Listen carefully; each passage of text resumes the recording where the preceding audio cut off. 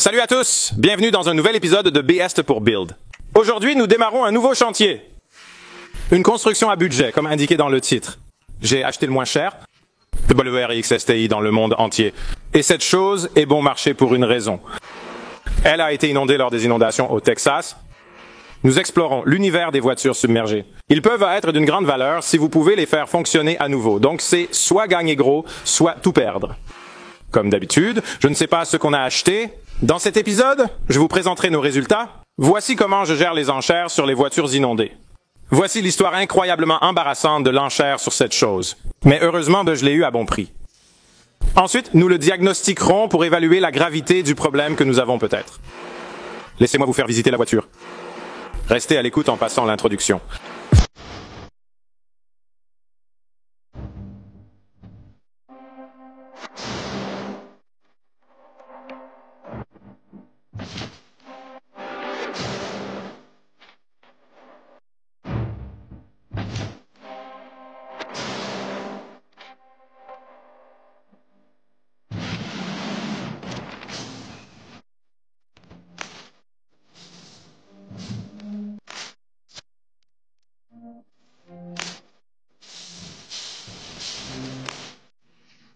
J'utilise différents outils et ressources et je planifie à l'avance puis je l'enregistre. Donc j'étais là à la vente aux enchères en faisant attention, c'est une voiture inondée de Houston. Donc c'était lors du dernier tour des inondations de Houston. Et je n'étais pas, j'attendais que ma voiture apparaisse aux enchères. Je parlais avec Chelsea de quelle voiture lui acheter. Et puis j'ai vu bang cette Subaru, vous savez, WRX STI apparaît et l'offre est extrêmement basse et je vois les gens ralentir autour de 2800 $, et je me disais, pas possible que cette voiture soit sur le point d'être vendue pour 2800 $. Mais je n'avais pas le temps de lire aucune information, je ne savais pas si elle avait un titre de récupération ou un titre de ferraille ou quoi que ce soit. J'ai vu une photo de l'avant, et j'ai pensé que ça avait l'air pas mal, alors j'ai cliqué pour enchérir. La personne suivante a cliqué sur enchérir, me faisant passer de 2800 à 2900 €. La personne suivante a cliqué sur enchérir et entre-temps, j'ai pu regarder une autre photo et voir la ligne du niveau d'eau que je vous montrerai plus tard. J'ai cliqué à nouveau sur enchérir car la Subaru STI a toujours été ma voiture de rêve depuis le lycée. J'ai toujours voulu en posséder une. J'étais amoureux de ces voitures. Je me suis dit que pour 3000 $, je la prends, même sans moteur. La carrosserie a l'air en bon état, donc je mise dessus. Donc j'ai vu deux photos, cliquez à nouveau sur enchérir et 3000 $ cette voiture m'a été vendue, donc nous avons acheté une 8. Qu'est-ce que c'est? 2007. Subaru WRX STI manuel pour 3000 $. Après avoir remporté l'enchère, j'étais hilar car Chelsea discutait encore de la voiture à lui acheter. J'ai presque acheté une voiture par accident, mais je savais que j'avais fait une bonne affaire et j'étais vraiment excité à ce sujet. Je l'ai acheté la semaine dernière. Donc je ne savais pas vraiment que cela allait arriver. Pour une voiture inondée, j'ai d'abord vérifié si le titre était mis au rebut ou récupéré. Mise au rebut signifie qu'elle ne roulera plus jamais. Heureusement, le titre a été récupéré, donc c'était une victoire. Maintenant, la prochaine chose que je cherche est le niveau d'eau dans une voiture inondée. Ils ont un marquage du niveau d'eau ici, indiquant jusqu'où l'inondation est montée. Maintenant, ce n'est pas trop mal. L'admission du moteur est bien là-haut, parmi d'autres choses du genre. L'achat d'une voiture inondée est un pari risqué. L'eau salée peut pénétrer dans les ordinateurs et les détruire complètement. C'est un signe que le véhicule pourrait être une épave totale. Si vous cherchez de bons signes, optez pour une voiture avec une faible intrusion d'eau. Évitez celle où l'eau est montée au-dessus du moteur car cela risque de l'endommager. En regardant d'autres photos, j'ai commencé à voir de sérieux signes de mauvaises nouvelles. Voici le premier.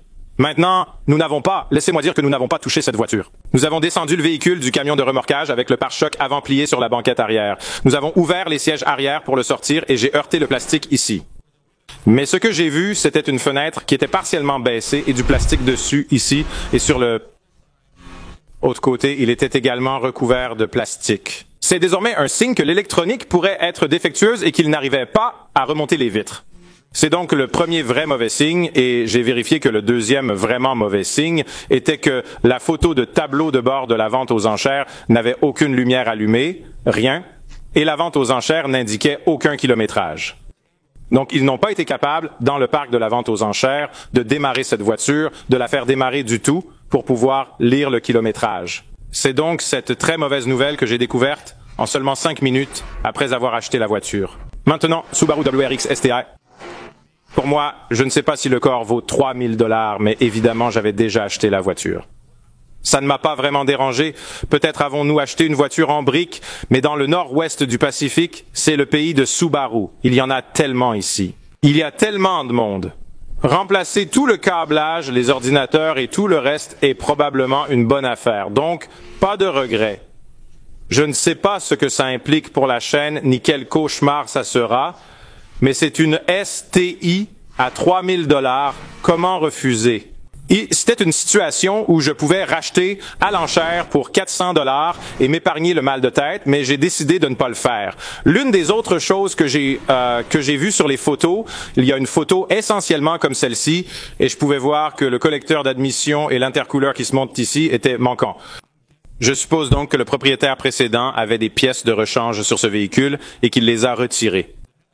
De plus, les phares ici MAS étaient également manquants, donc ce n'est pas super inhabituel qu'après l'enchère, si vous achetez des pièces de rechange et des choses comme ça, si votre assurance ne veut pas vous rembourser de cela, cela vient aussi de Geico, ce qui est un bon signe.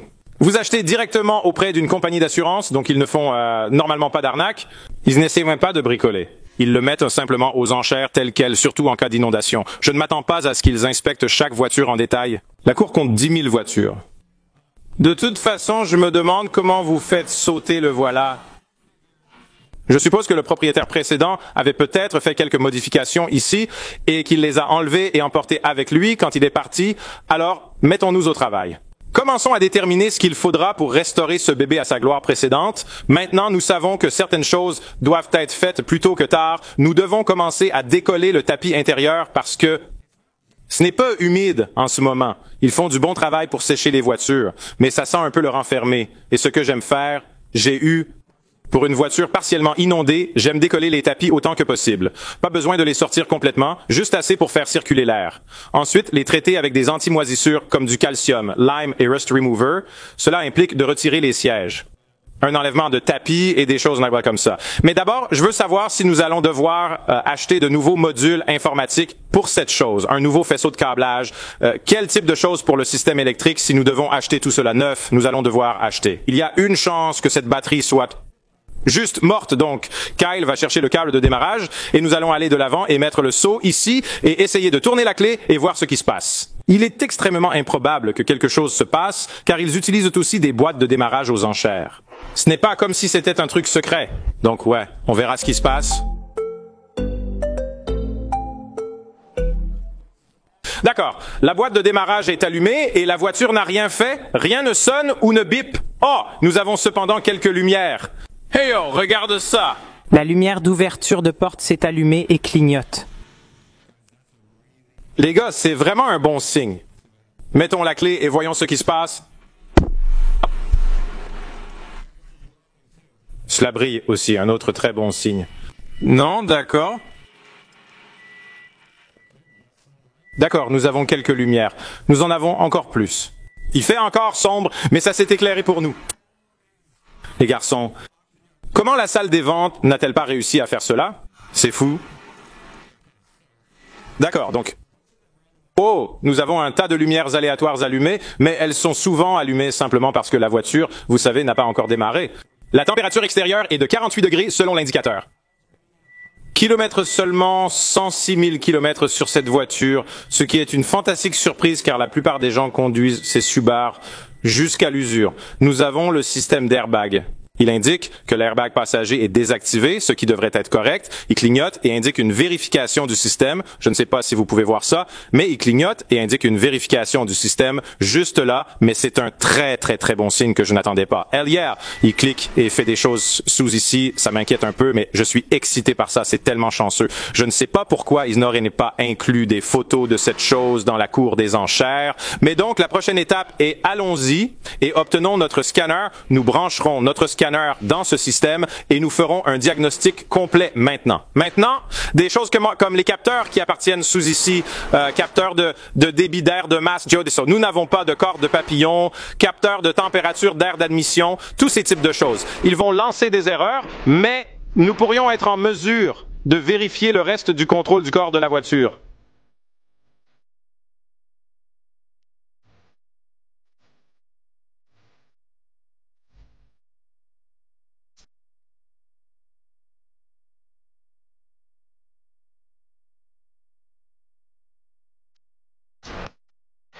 C'est fou, d'accord.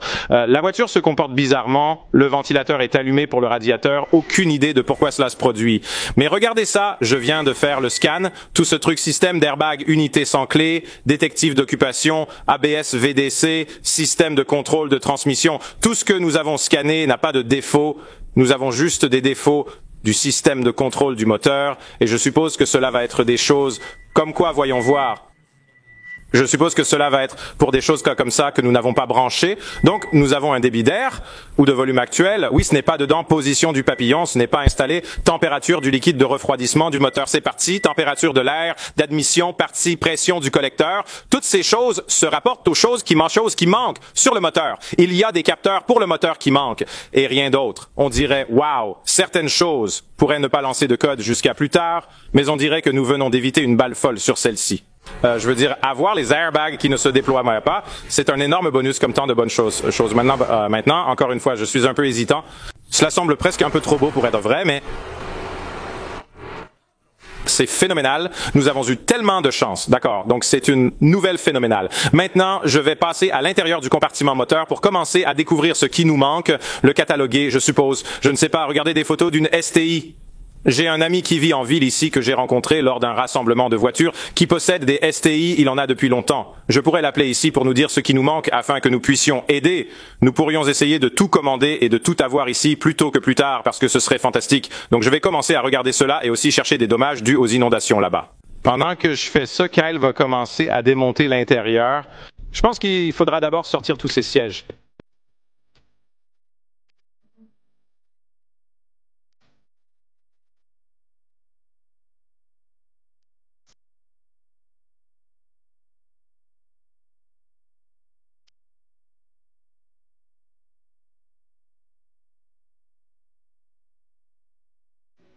Eh bien, c'était 20 minutes de sérieux, haut et bas, mais j'ai des nouvelles pour vous, les gars. Alors, voilà les mauvaises nouvelles d'abord. J'ai regardé dans notre compartiment moteur et donc, notre collecteur d'admission est parti, mais comme vous pouvez le voir ici dans la tête et les soupapes, vous pouvez voir un peu c'est bizarrement comme de l'orange. Ça ne ressemble pas tellement à de la rouille, mais à de la substance orange pâteuse, peut-être un peu de boue. Ça ressemble presque à un peu de boue. Celui-là est parfaitement propre. Celui-là est aussi bizarre. C'était donc mon premier signe que peut-être de l'eau est entrée ici. C'est maintenant une déception parce que nous avons constaté que notre ligne d'eau ne devait atteindre que ce niveau. Ce n'est pas près d'être aussi haut. Les inondations peuvent éclabousser le collecteur d'admission, surtout quand les voitures sont garées sur des collines. C'est dommage. Je vais vous dire ce que nous faisons à ce sujet ensuite. Et la chose suivante, évidemment, est, eh bien, l'une des premières choses que vous pourriez faire, surtout si vous êtes allé dans la cour des enchères, donc vous auriez pu tirer la jauge à huile et voir l'huile de milkshake, ce qui signifie que cette eau est entrée dans l'huile, les gars. Donc, juste après cela, nous testerons et verrons si le moteur est saisi. Vous savez, nous pouvons en obtenir un de ces moteurs de remplacement neufs du Japon pour pas même un peu plus de 2000 $. Ce ne serait pas la fin du monde si nous devions en avoir un, c'est juste une estimation approximative. Je n'ai jamais regardé ces moteurs car je n'avais jamais possédé de Subaru avant, mais en fait, j'ai débuté la chaîne avec plusieurs BRZ.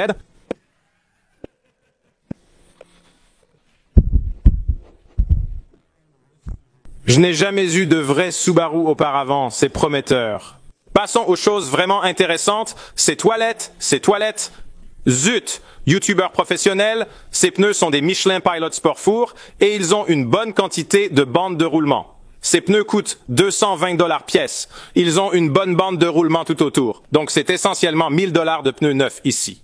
Ça, ce sont d'excellents pneus que j'ai déjà testés. Je ne sais pas s'ils surpassent Nitto, notre sponsor officiel, mais ils sont de qualité. En ouvrant le coffre, nous avons découvert plein de bonnes choses. Nous avons cherché dans l'habitacle pour tenter de retrouver les effets personnels du propriétaire précédent. Et nous avons trouvé quelques reçus, il mettait du premium ici, ce qui est bien pour lui, mais donc c'est génial. Donc nous avons trouvé beaucoup de nos pièces, comme notre admission d'air, nos collecteurs d'admission là-bas, intercoolés, phare, pare-choc. Un sac plastique gratuit, solide comme une housse de voiture, sera très utile. Je dois comprendre où vont ces choses après la réparation du moteur. C'est une énorme économie. Les enchérisseurs précédents ne l'ont peut-être pas vu. Les pièces dans le coffre peuvent être bonnes ou mauvaises. Je pensais que le propriétaire avait pris des pièces de rechange avant la vente aux enchères. Quand elles sont dans le coffre, c'est souvent à cause de l'assurance. Un évaluateur professionnel comme Geico démonte le moteur, évalue les dégâts et décide du sort de la voiture. La voiture est déclarée épave, ce qui est un mauvais signe, mais il faut voir si elle est irrécupérable pour la construction, comme si elle ne pouvait jamais être remise en état, ou s'il s'agit simplement d'une épave au sens des assurances. Comme l'a dit Oscar, il est possible d'y installer un moteur LS et de l'accoupler à la transmission existante. Mais vous pouvez certainement le faire. Oui, je ne sais pas si vous pouvez le faire avec cette quantité d'espace parce que la transmission commence juste là, mais ils font un support pour cela, pour que les gens utilisent la transmission. Comme une transaxe dans les voitures à moteur central. Quoi qu'il en soit. Nous avons donc vérifié notre jauge à huile. Nous avons constaté une mauvaise admission. Si vous avez des signes évidents d'intrusion d'eau dans le moteur, la prochaine étape est de bouger le vilebrequin d'avant en arrière pour voir si le moteur est bloqué. S'il a aspiré beaucoup d'eau, celle-ci peut rester dans le cylindre pendant qu'elle essaie de pousser dans l'autre sens, pouvant causer des dommages comme une bielle cassée. Il ne pourra pas sortir l'eau de là et il pliera une bielle et alors votre moteur sera totalement grillé. Maintenant, j'ai vu ce signe ici ou ce tuyau de radiateur ici. Cette tuyauterie a été retirée d'ici avant probablement parce que le vilebrequin est juste en dessous ici. Et quelqu'un a mis une clé dessus avant, donc cela pourrait être un très mauvais signe que la compagnie d'assurance ait obtenu cela jusqu'ici et a vu que le moteur était bloqué ou non. Je ne sais pas. Croisons les doigts. Nous allons nous lancer dedans et voir si le moteur est bloqué. Les gars, et de bonnes nouvelles. Cette chose est comme du beurre allant et venant. C'est super facile, donc le moteur n'est pas saisi autant que nous pouvons le dire. Il y a de l'eau là-dedans, c'est sûr. Mais c'est un très bon signe. Nous tenterons donc de sauver ce moteur. Ce sera amusant. Ok les gars, on s'arrête là pour cet épisode. Rendez-vous au prochain pour le classique BS4 Build. Va-t-il démarrer? Nous verrons ce que signifie essayer de déshydrater un moteur. Je ne sais pas. J'espère que oui. Je pense que cela va fonctionner. Restez à l'écoute pour le prochain. Merci de nous avoir rejoints. Suivez-nous sur Instagram, B est pour Build. Découvrez nos produits sur bestpourbuild.com et joyeuses fêtes. Je vous verrai bientôt les gars. Ha!